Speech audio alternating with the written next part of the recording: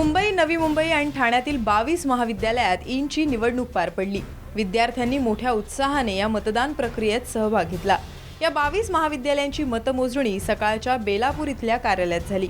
यावेळी गायिका वैशाली भैसने माडे आणि आरपीआय जनशक्तीचे नेते सिद्धार्थ मोकळे उपस्थित होते। तसंच प्रत्येक महाविद्यालयातील उमेदवार आणि त्यांचे प्रतिनिधी उपस्थित होते। उमेदवार, प्रतिनिधी आणि निवडणूक अधिकारी या सर्वांसमोर हे बॅलेट बॉक्स उघडण्यात आले। अगदी पारदर्शक आणि सुरळीत ही मतमोजणी पार पडली। खूप छान उत्साह मला बघायला मिळाला मुलांमध्ये। इतकं एन्जॉय करतायत ते।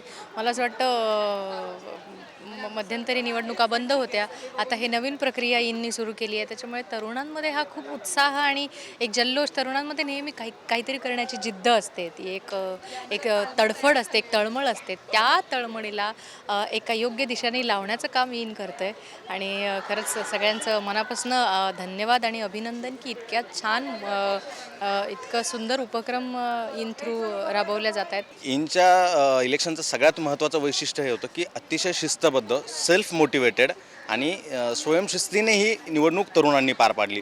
त्यांना सांगावं नाही लागलं की हा नियम आहे, असं करा, तसं नका करू। ती मुलं स्वतःहून सगळं ते नियोजन करत होती, एकमेकांना सहकार्य करणं आणि ती सहकार्याच्या भावनेतून निवडणूक पार पाडणं।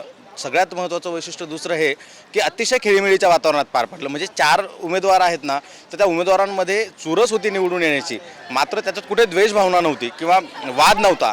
अतिशय मैत्रीच्या वातावरणात एकमेकांसोबत त्यांनी त्या निवडणुका पार पाडल्या। मुंबई, नवी मुंबई आणि ठाण्यातील 22 महाविद्यालयांमध्ये अतिशय उत्साहात मतदान झालं। 1984 नंतर प्रथमच अशा प्रकारे महाविद्यालयांमध्ये निवडणुका पार पडल्या। या निवडणुकांमध्ये जिंकलेल्या उमेदवारांनी ईनच्या मार्गदर्शनाखाली विद्यार्थ्यांच्या समस्या सोडवण्यावर भर देणार असल्याचं सांगितलं।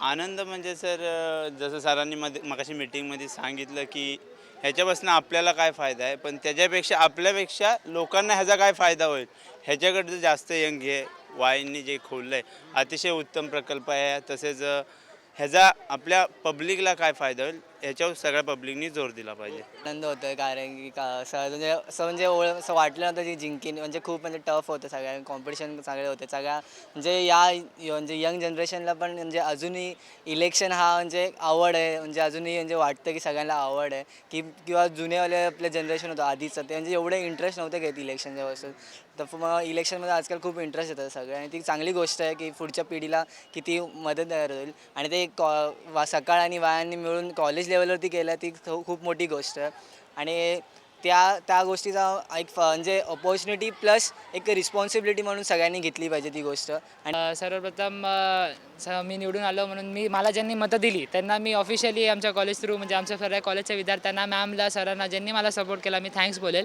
आणि सर, निवडून आल्यावरती एक हॅपीनेस असते, बट एक जो लीडर असतो त्याला आपले बरेच जण लीडरकडे असा विचार करतात की एखादा जो निवडणूक जिंकून आला त्याचे पाय हवेत गेले किंवा असं नाही, तर माझं म्हणणं सर सिंपल आहे की माझे पाय जमिनीवर सुद्धा आहेत आणि हवेत सुद्धा आहेत। ईनच्या या निवडणुका 30 डिसेंबरपर्यंत संपूर्ण राज्यात होत आहेत, त्यामुळे महाविद्यालयांमध्ये आणि विद्यार्थ्यांमध्ये उत्साहाचं वातावरण पाहायला मिळतंय। साम टीव्ही, नवी मुंबई।